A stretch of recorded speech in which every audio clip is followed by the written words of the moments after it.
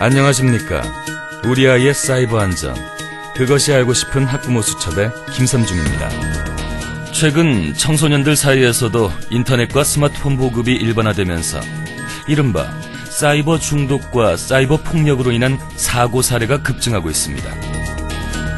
해마다 늘어나는 청소년 사이버 중독과 사이버 폭력. 우리 아이는 과연 안전할까요? 그럼 먼저 사이버 중독이란 무엇일까요?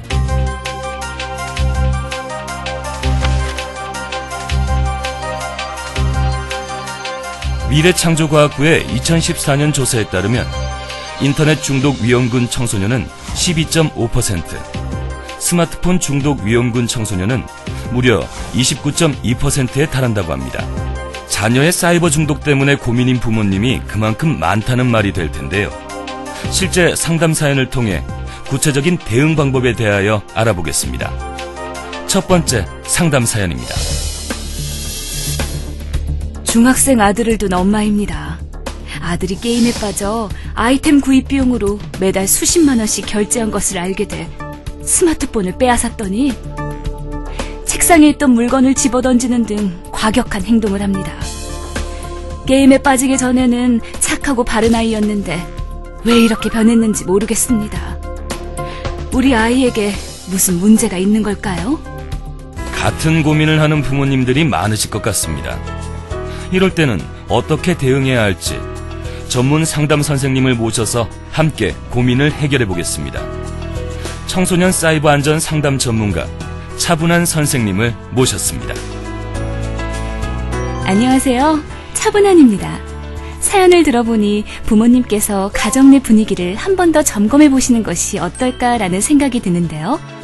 한참 예민한 시기에 있는 청소년기에는 주위 환경의 작은 변화나 사소한 말투에서도 갈등이나 박탈감, 우울증을 느낄 수가 있습니다.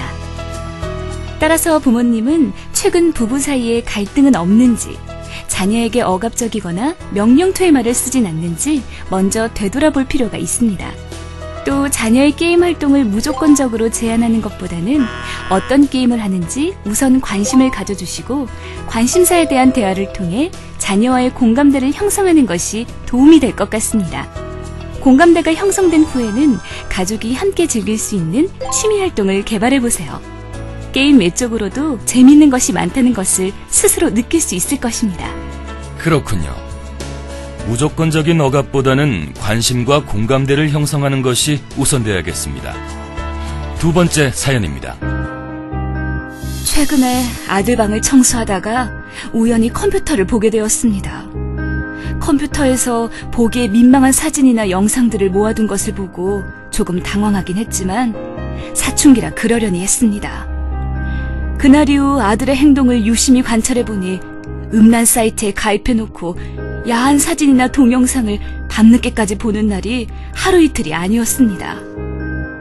또 가끔은 문자 메시지로 친구들과 야한 사진들을 주고받으며 음흉한 농담까지 하는 것을 보니 우리 아이가 음란물 중독은 아닌지 조금 불안해집니다.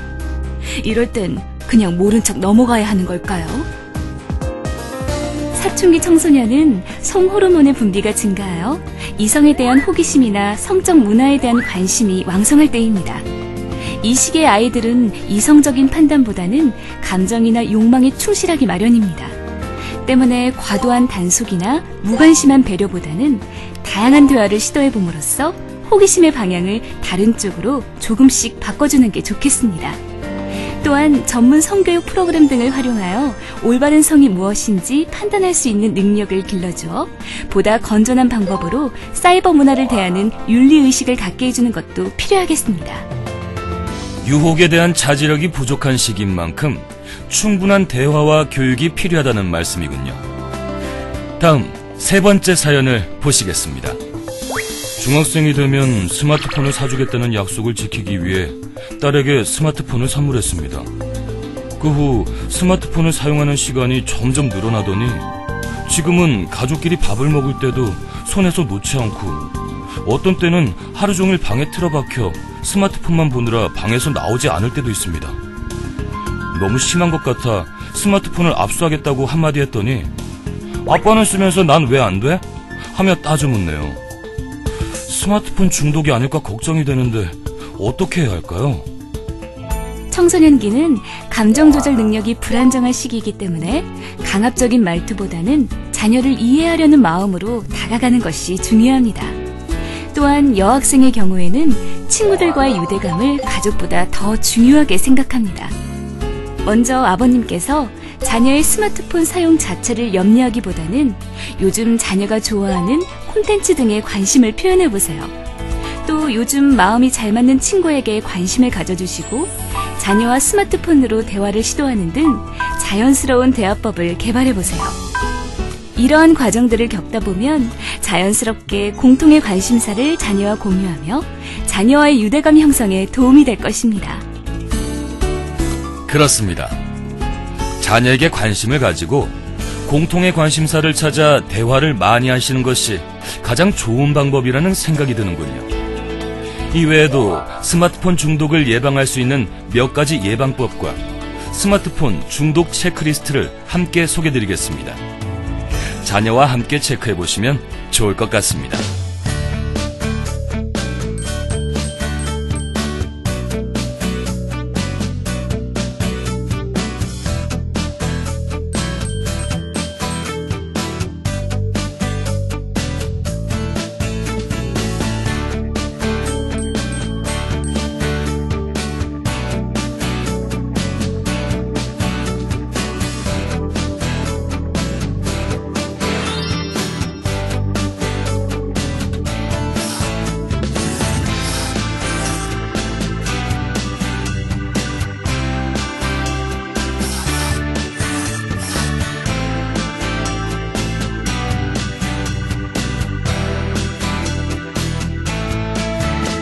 지금까지 사이버 중독 상담 사연과 대응 방법에 대하여 알아보았습니다. 그럼 이번엔 사이버 폭력에 대하여 알아보겠습니다. 실제 사례의 재현 화면을 통해 사이버 공간상에서의 폭력도 얼마나 위험할 수 있는지 함께 보시겠습니다.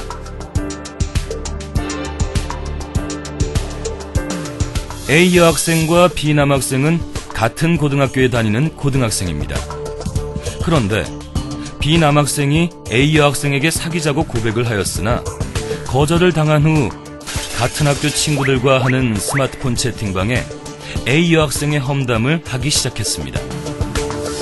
그 후 B 남학생의 친구들 주도하에 A 여학생의 안 좋은 소문들이 채팅방을 통해 급속도로 퍼져나가기 시작했습니다.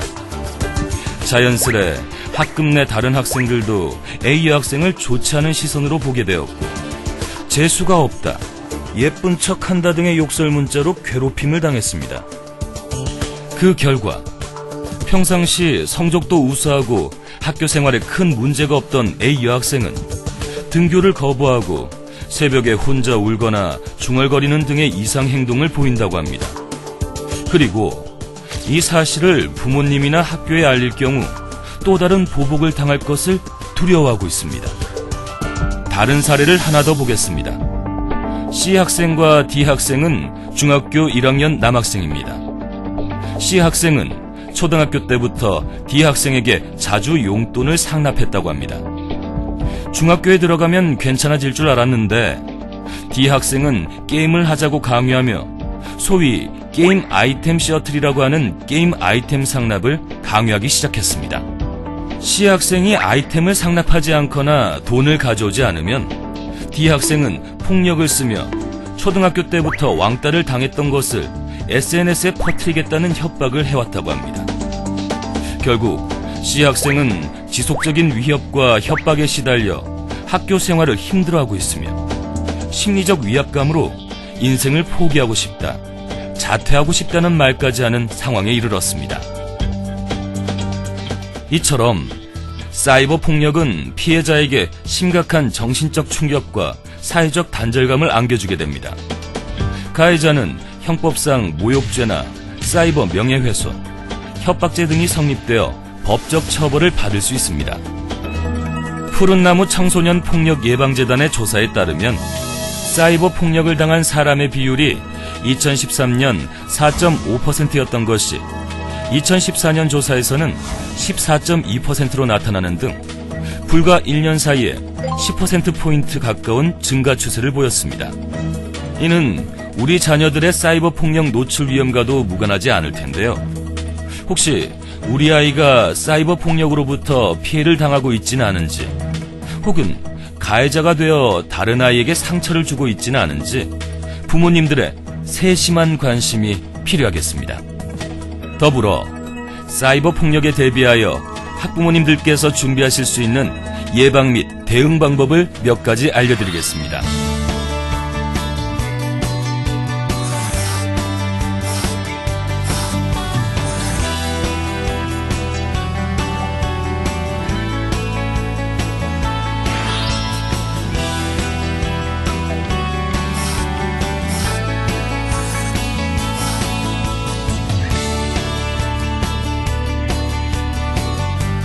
정보통신 기술의 발달은 우리 사회를 보다 더 윤택하고 편리하게 만들어 주었습니다.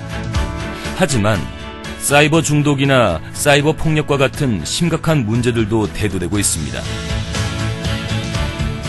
높은 윤리의식이 필요한 시기인 만큼 우리 자녀들에게 보다 많은 관심과 배려, 그리고 교육이 필요한 때입니다.